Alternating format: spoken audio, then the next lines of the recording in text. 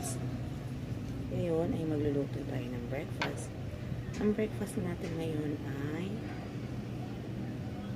ito, ham, tsaka corned beef. Lalagyan natin ng itlog. Omelette siya. Gagawin natin siyang omelette. Maghiwa muna tayo ng sibuyas.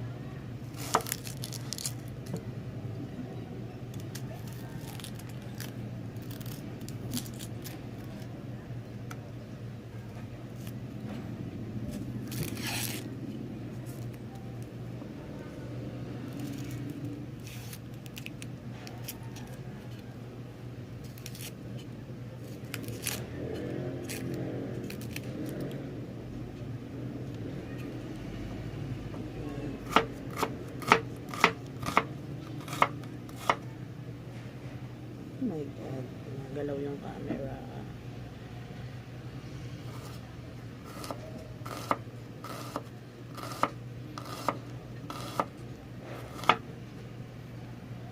Ayan, nakahiwa na tayo. Tapos muna natin itong balat ng sibuyas. Sunod,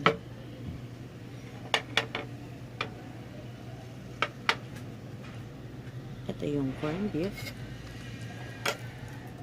Lagyan na natin siya ng onion, egg,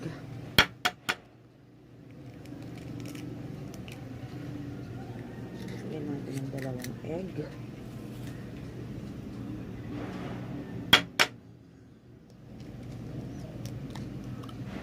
para masarap. Okay, haluin natin. Halo-halo.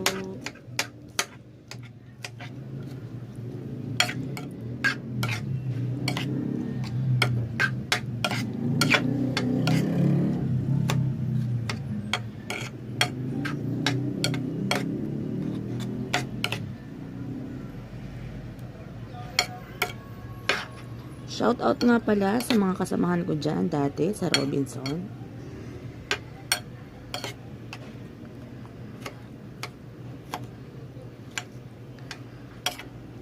Shout out nga pala kay Margo. Yan. Tsaka kay Ma'am Annalyn.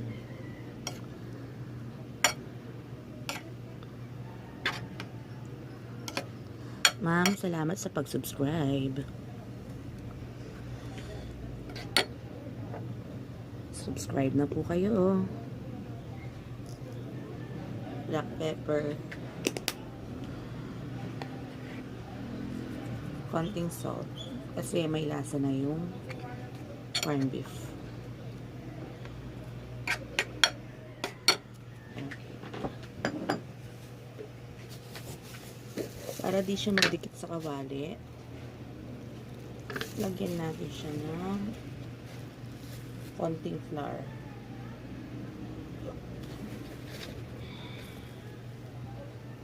Sakto lang.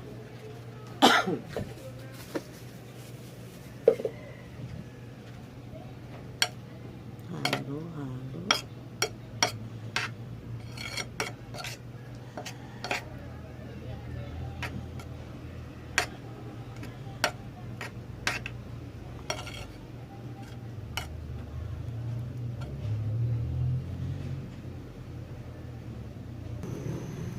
Maglagay na tayo ng oil sa ating pan para iluto yung ham.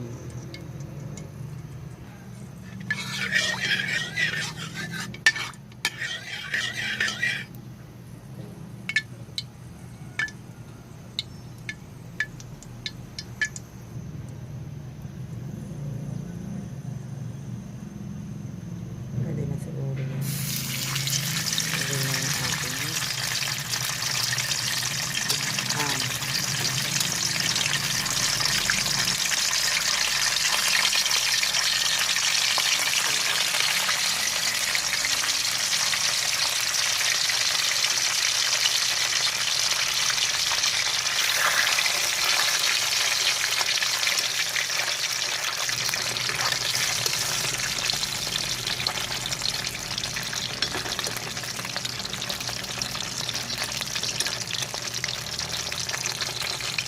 out nga pala sa mga kabari ko dyan. Sa Magunting Concept Center na. Kamusta po kayo dyan? Yalong family.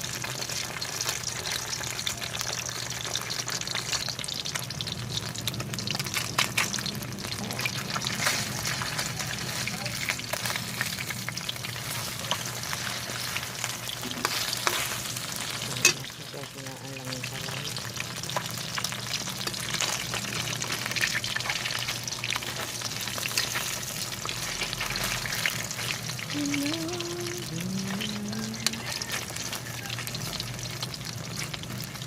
Doble-doble kasi yung pagbubuka ko, guys.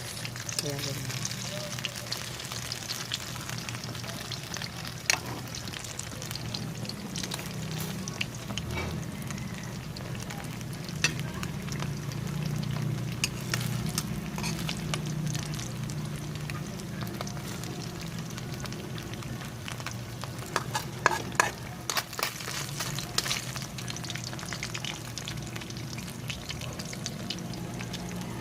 Yung pinagpretuhan nito, magsasakal tayo ng kanin.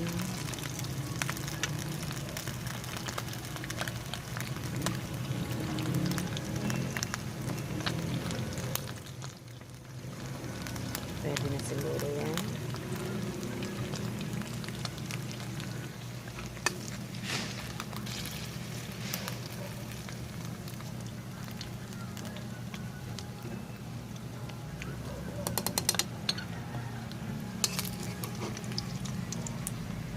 Pamutin na natin.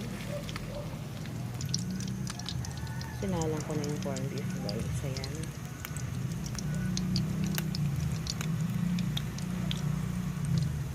Corned beef omelette.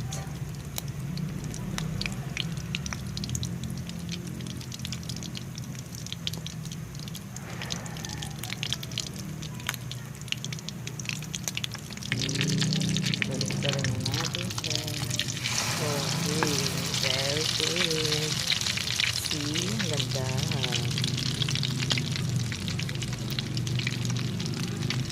Very good.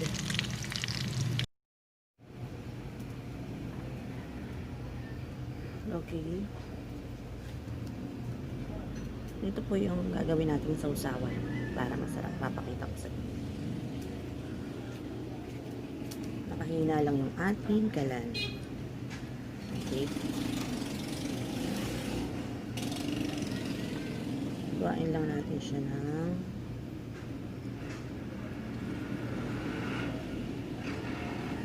maliliit cubes.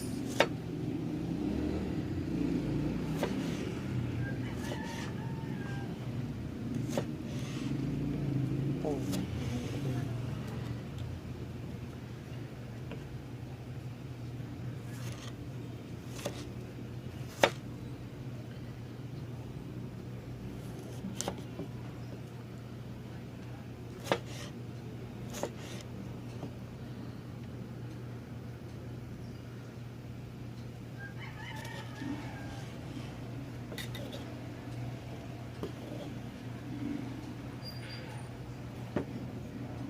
Next is, maglagay tayo ng konting cucumber.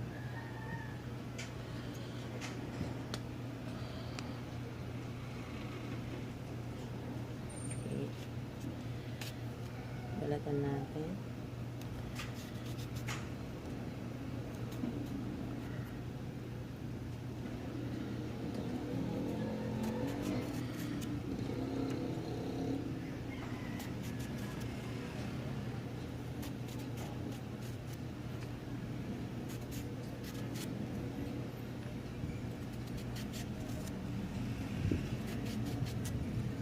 Okay.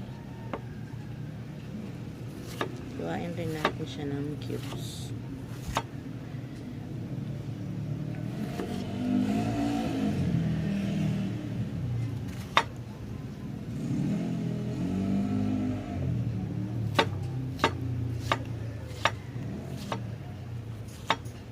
Tapos, isama natin siya dito sa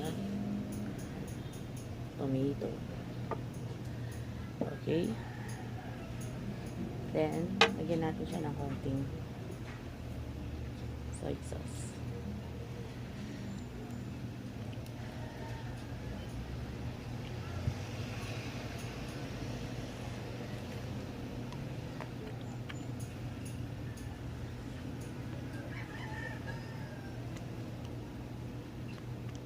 Okay na yun. Tapos, haluin lang natin siya.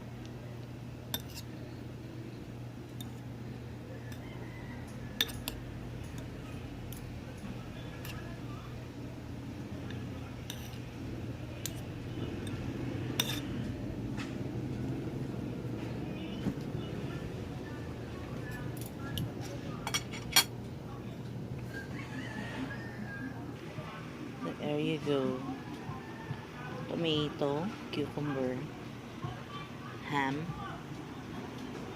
corned beef omelette.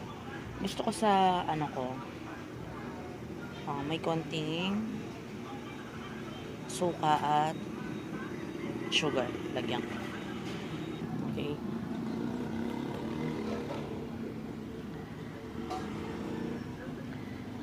Oops. And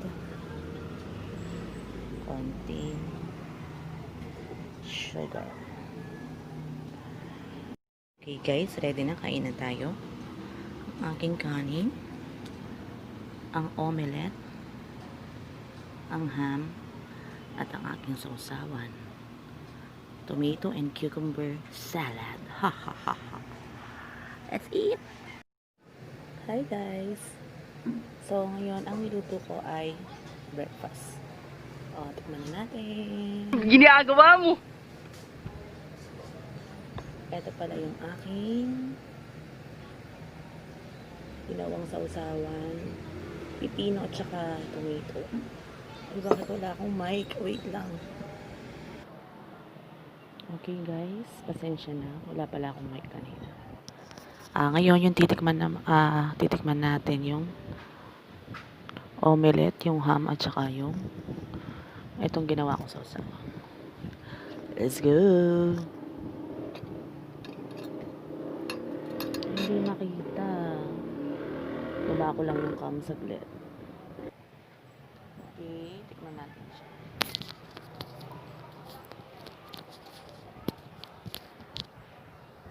Lagay ko lang guys ha. Okay. Tikman na natin yung omelette. Here.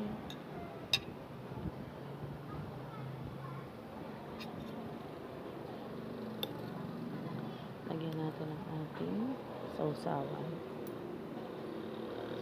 Wow! Ginagawa mo! Guys, tikman na natin. Oh my God!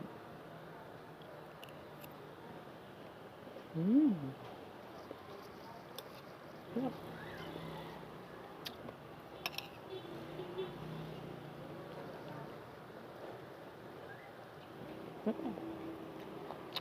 Yung ham naman.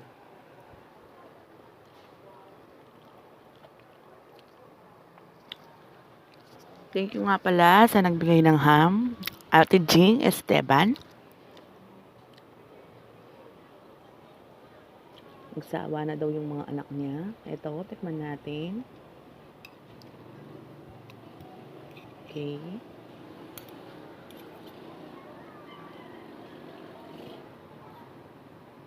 There you go.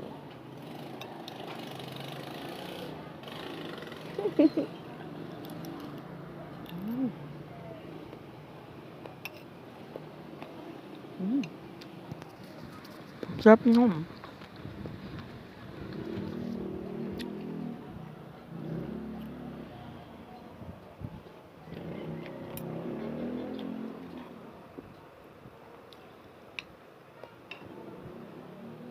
Shout out nga pala sa asawa ni Roberto.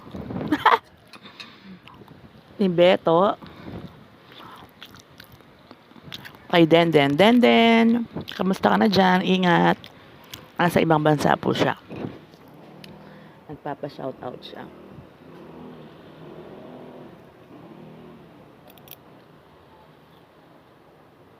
At nagpaturo. Sabi niya, Te, paano ba yung, yung baboy na may tokwa? Kasi nung andito sila, niluto namin yung natikman nila. So, may video na ako nung sabi ko, watch mo na lang sa YouTube ko.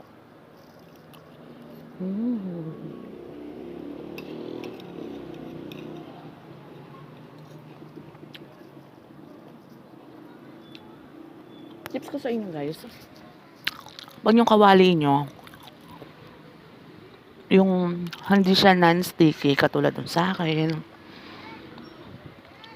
yung ginagawa nyo omelette, lagyan nyo ng harina. Tapos kailangan mainit na mainit yung mantika. Para pag nilagay nyo siya, hindi siya magdidikit. Katulad nito. Oh, ang ganda ng pagkakaluto. Oh.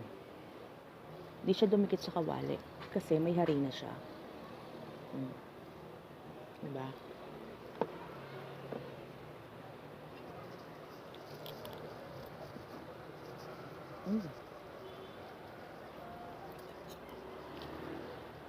Yeah.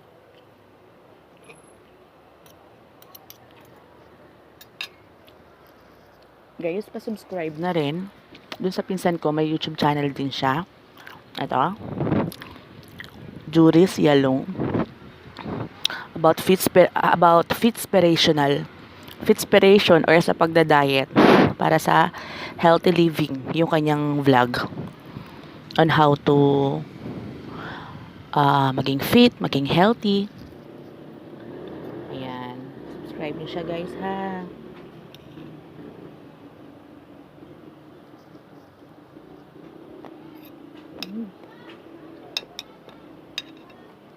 Shout out Yalong family sa Concepcion, Tarlac.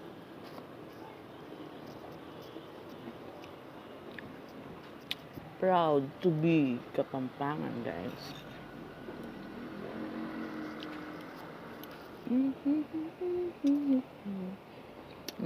Ginagawa mo?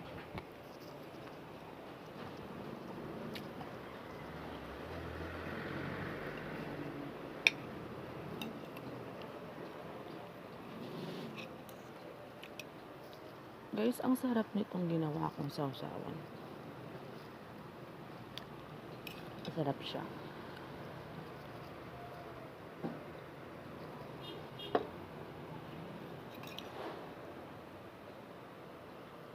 Oops.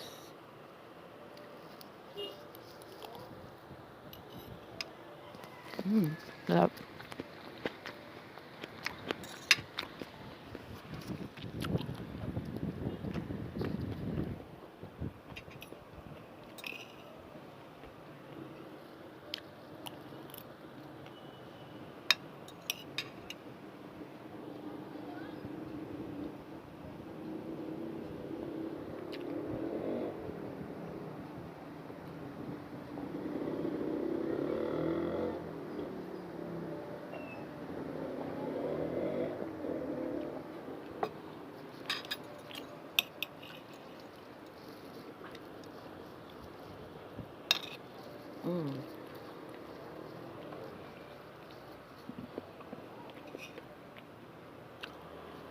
Subscribe na guys. Pa-subscribe naman please.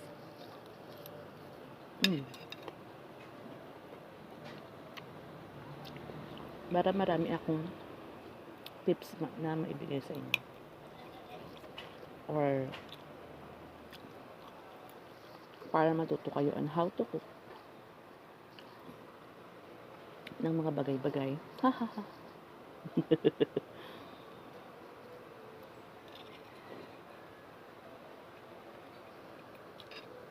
Yes, guys.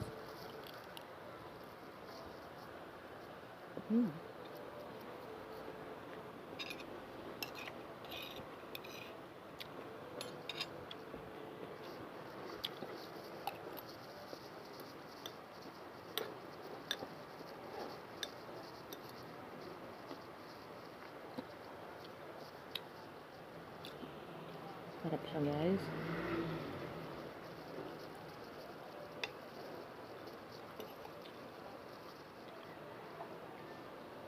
Yung omelette.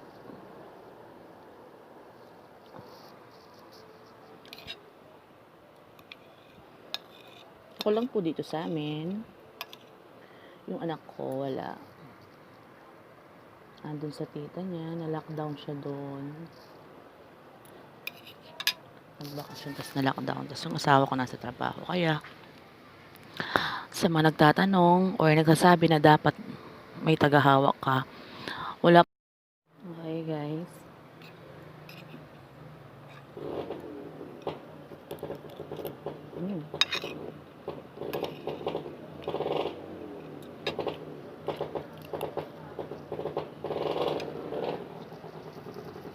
Guys,